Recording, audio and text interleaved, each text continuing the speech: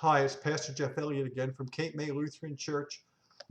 We've moved on actually at the church to John's Gospel, John 1 and 2, we did this week. But for the purposes of the internet and Facebook and YouTube, I thought we'd stay looking a little bit at Genesis. We're in Genesis chapter 24. Uh, and we'll just pick up with some of the reading and then a little bit of commentary. Genesis 24:1. Now Abraham was old, well advanced in years, and the Lord had blessed Abraham in all things. And Abraham said to his servant, the oldest of his house, who had charge of all that he had, Put your hand under my thigh, and I will make you swear by the Lord, the God of heaven and of the earth, that you will not take a wife for my son from the daughters of the Canaanites, among whom I dwell, but will go to my country and to my kindred, and take a wife for my son Isaac. The servant said to him, Perhaps the woman may not be willing to follow me to this land. Must I then take your son back to the land from which you came?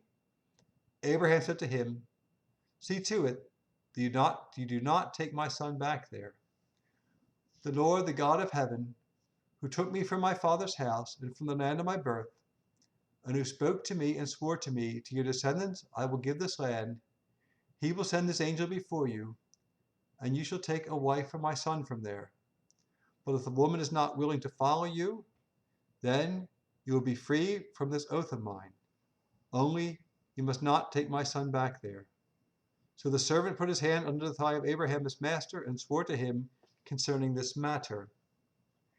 Then the servant took 10 of his master's camels and departed, taking all sorts of choice gifts from his master.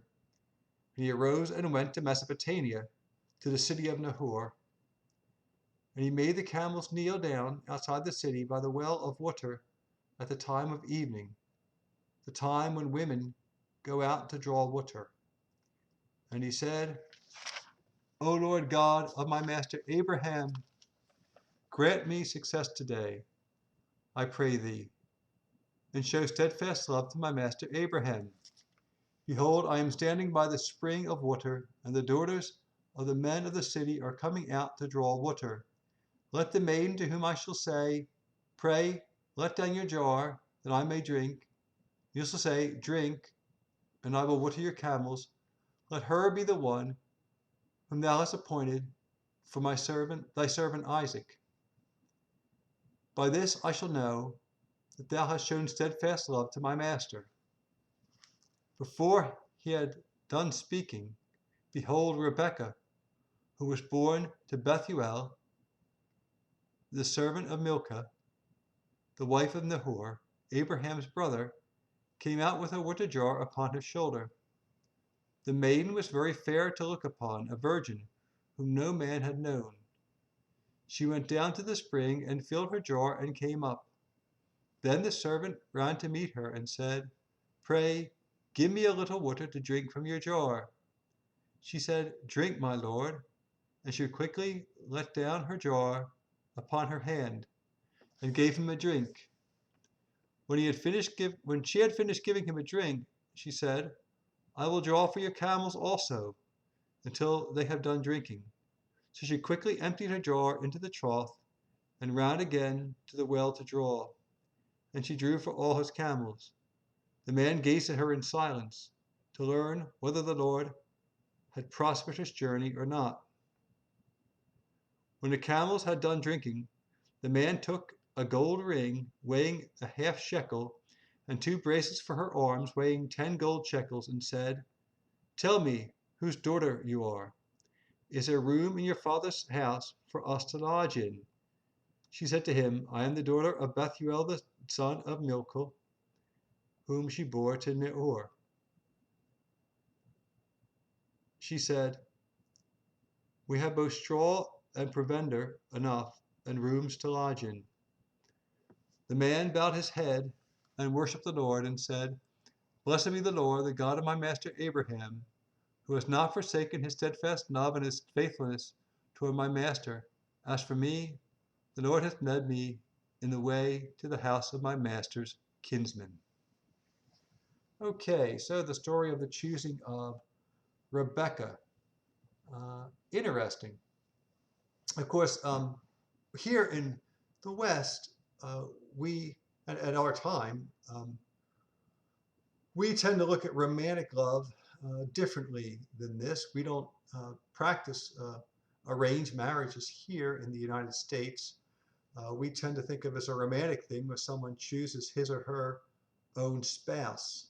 And that's not the case here. Isaac is having his wife chosen for him by his father. Just a different thing for us. We might know it from Fiddler on the Roof when Tevye, they hire a matchmaker, and the matchmaker finds a match for the daughters, and he has trouble with his daughters being their own matchmakers, of choosing a husband for themselves, and all three of the daughters do. But in any event, uh, Isaac has not yet met his future wife. That doesn't happen until verse 62. Maybe we'll read a little bit of that.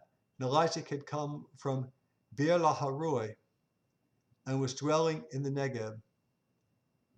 And Isaac went out to meditate in the field in the evening. And he lifted up his eyes and looked, and behold, there were camels coming.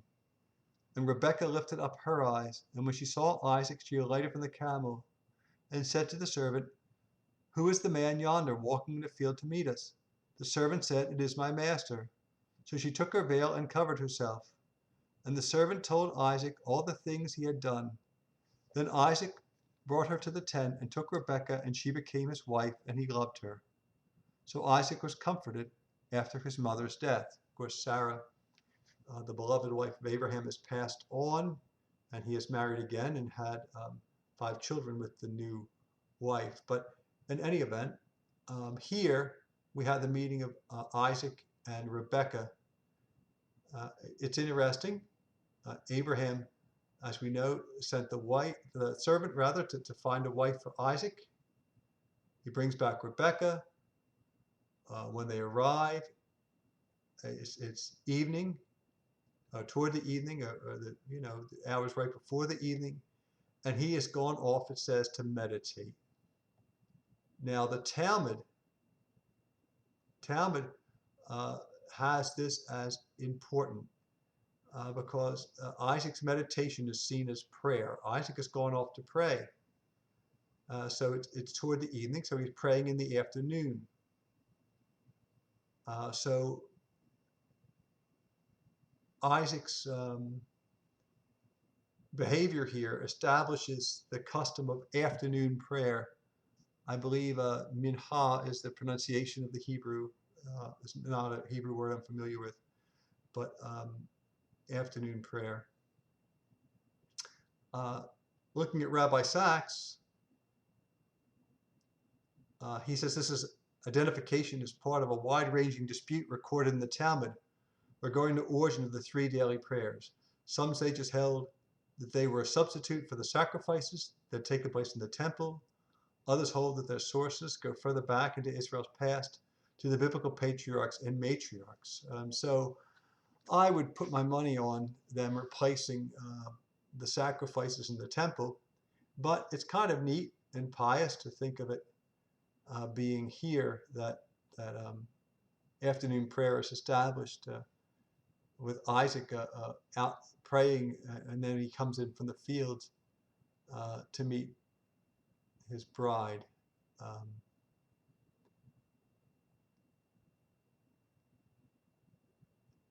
The same text holds that Jacob instituted evening prayer. He encountered a place in 28:11.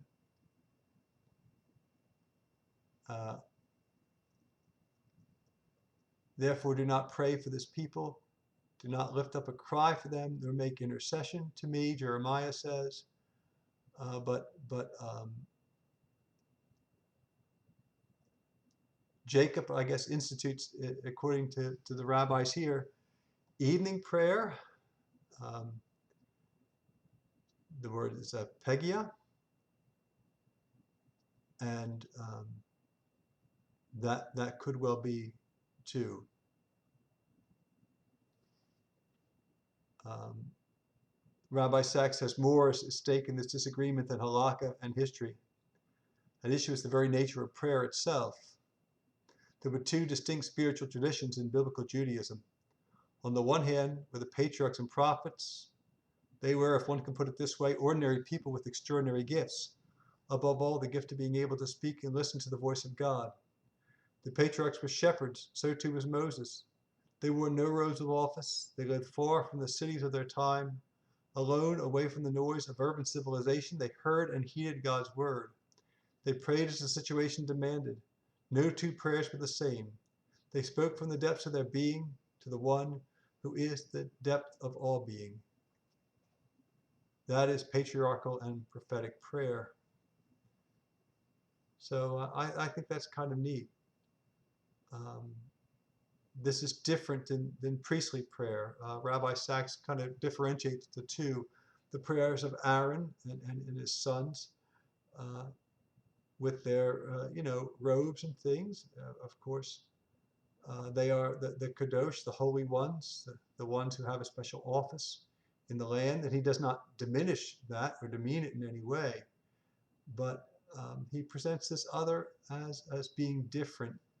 And I guess being a country person myself, there's something about praying out in the open air in wild places that you do feel a closeness to God. Certainly, I've had that feeling many times. I used to do a lot of camping with the youth ministry up on Long Beach Island at Holy Trinity Lutheran Church in Brant Beach, and that wonderful feeling of between youth groups. We had 3 different youth groups of about 20 some kids each, and they'd give me a day or 2 to recover from each youth retreat. The retreats would be 3 or 4 days, and then I'd get a day between, and then a new group would come. So I sometimes would be up there with a dog named Barney, who was a Labrador, a black lab that belonged to Deb Setzer and her family, Deb and Bud, and Eric, their son. But in any event, it would be neat to be there with just Marty and myself. Marty was good company also. He barked, and that kept the bears away. But it was neat or she barked and kept the bears away. But it was a fun experience to be there alone in the woods with God, and just have that time for prayer and reflection. I think it can be a transformative experience. So it's kind of neat to think of Isaac here at prayer in the fields when he's out there praying and establishes evening prayer, or I'm sorry, afternoon prayer for everyone. So according to this tradition, Rabbi Sachs says the 3 different types of prayer. Morning prayer is established by Abraham, and evening prayer is established by Jacob. And then the one in the middle, of course, Abraham, Isaac is the son, then Jacob's the grandson of Abraham. But this afternoon prayer would be established by Isaac.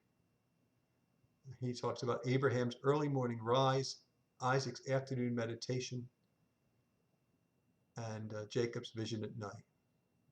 Not isolated events in the past, but permanent possibilities for those who follow in their footsteps, guided by their precedent, lifted by their example, and enlarged by their spirit, summoned to their heights.